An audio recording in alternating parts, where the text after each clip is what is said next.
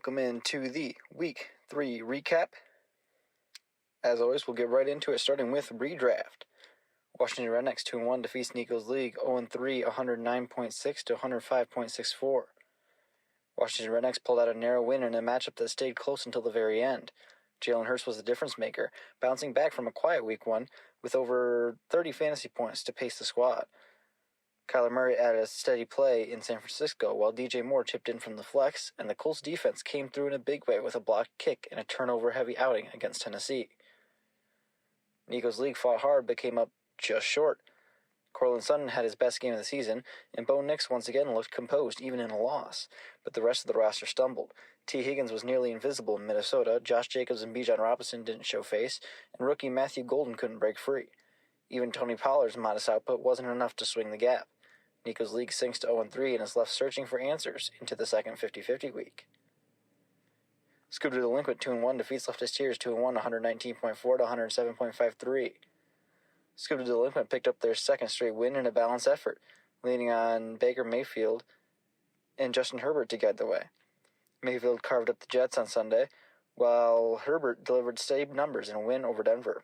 Jamar Chase and Tyreek Hill both chipped in splash plays, but the star of the show was the Vikings defense, who made the single biggest contribution of the matchup with a 32-point eruption against Cincinnati. Leftist Tears didn't go quietly, with James Cook carding a nice total against Miami and Christian McCaffrey grinding his way to another strong outing. But Jordan Love and Justin Jefferson both came in under expectations, and Zay Flowers couldn't get anything going on Monday Night Football. With the win, Scooby Delinquent climbs into the top half of the standings, while Leftist Tears dropped their first game of the season despite strong showings from their running backs. No pun intended, 2-1 defeats the Red Carpets 2-1, 134.66 to 95.3. No pun intended bounced back in a big way, riding a monster day from Jonathan Taylor to topple previously unbeaten the Red Carpets. Taylor bulldozed Tennessee for over 100 yards on the ground and 3 trips to the end zone, piling up 31 points to set the tone. Kyron Williams wasn't far behind, racking up yards and a touchdown of his own, while Devontae Adams delivered a touchdown in Philly. Even the Seahawks defense got in on the action, forcing turnovers and blocking a kick to pad the lead. For the Red Carpets, Josh Allen did his part with 3 touchdown passes in Miami, but he got little help from the rest of the roster. Notably, young wideouts Marvin Harrison Jr. and Ladd McConkey were both quiet. No pun intended climbs over 500 thanks to Taylor's dominant showing and a strong all-around performance, while the Red Carpets followed 2-1 in preparation for the upcoming 50-50 week. Steel Curtain 1-2 defeats the Stoners 1-2, 132.37 to 91.78. Steel Curtain finally gets into the win column with a complete team effort, pulling away from the Stoners in convincing fashion. Nico Collins shredded Jacksonville's secondary and paced the lineup, while George Pickens chipped in steady production. Hunter Henry was the surprise difference maker, finding the end zone twice to post his best game of the season. Even the Steelers' defense came through in a slugfest, adding nearly 20 points to the cause. The Stoners, meanwhile, never got out of first gear. Star running back duo Saquon Barkley and Ashton Genty combined for barely more than 12, leaving the roster without its usual punch. Amon St. Brown was solid, but DK Metcalf and Brian Thomas Jr. failed to provide the fireworks this squad desperately needed. Steel Curtain climbs out of the basement with his confidence-boosting win, while the Stoners slide to 1-2 and will need the ball carriers to find their footing to avoid further trouble. Gumpy Glizzy's 3-0 defeats Bills Mafia 0-3, 131.65 to 128.68. In the closest battle of Week 3, Gumpy Glizzies eked out a narrow win to stay undefeated while Bills Mafia fell to a brutal 0-3. Lamar Jackson continued his MVP-caliber start with 28 points, playing against the other Gumpy Glizzy quarterback, Jared Goff. The receiving corps did the rest. A.J. Brown finally erupted with a monster performance, pairing perfectly with steady outputs from Puka Nacua and Garrett Wilson. Bills Mafia nearly pulled off the upset behind Caleb Williams' breakout game and a strong showing from Jahmyr Gibbs. Mark Andrews also caught a late touchdown to bolster his total. But Patrick Mahomes was oddly quiet against the Giants, and the Ravens' defense cratered with a negative outing that proved costly. Bills Mafia will have to try their best to climb out of this 0-3 hole. Our Week 4 redraft power rankings, as always, starting at the bottom. At number 10, not moving, Bills Mafia. At number 9, not moving, Steel Curtain.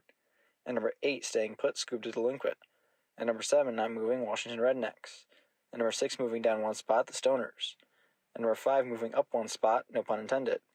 At number 4, moving down 3 spots, the Red Carpets. At number 3, moving up 1 spot, Nico's League. At number 2, staying put, Leftist Tears. And jumping up 2 spots to claim the number 1 spot, Gumpy Glizzies. We do not have a Week 4 redraft game of the week this week because it is the second of 3 50-50 weeks, with the third coming up in Week 8. Moving on to Dynasty. Cover Dynasty 3-0 defeats Touchdown My Pants 0-3, 105.10 to 67.70. Cover Dynasty grinded out a low-scoring win to stay unbeaten. Josh Allen led the way with 3 touchdown passes against Miami, and Bijan Robinson continued to flash his dual-threat ability with another steady outing. Rome Odunze provided the knockout punch with a long touchdown grab, while Justin Jefferson was bottled up but still did just enough to keep the margin safe. Touchdown My Pants had one of the roughest weeks across the league. Ramondre Stevenson was completely shut down by Pittsburgh, even fumbling twice. Matthew Stafford and Jordan Love both disappointed, letting the game get away quickly. Comer Dynasty improves to 3-0 despite a modest total, while Touchdown My Pants sinks to 0-3 and badly needs its stars to wake up to avoid early season spiral. I Am They 1-2 defeats the Scoop Empire 1-2, 113.94 to 103.38. I Am They did what they thought couldn't be done and broke into the win column, thanks to a balanced lineup effort. Amari and Hampton stole the show, running wild for over 100 scrimmage yards and 2 touchdowns to lead all scorers in the matchup. Keenan Allen kept the chains moving and looked to be Justin Herbert's top target. Even Bo Nix, despite a modest line, avoided mistakes, while Baker Mayfield added an extra boost to push I Am They over the top. The Scoop Empire had its chances behind Caleb Williams, who threw for nearly 300 yards and 4 scores against Dallas, but the supporting cast faltered. Saquon Barkley and Ashton Genty never found daylight, Keon Coleman and Marvin Harrison Jr. were quiet, and Zach Ertz couldn't provide much help at tight end. Kenneth Walker was one of the few bright spots with a pair of rushing touchdowns, but it wasn't enough to match Hampton's breakout.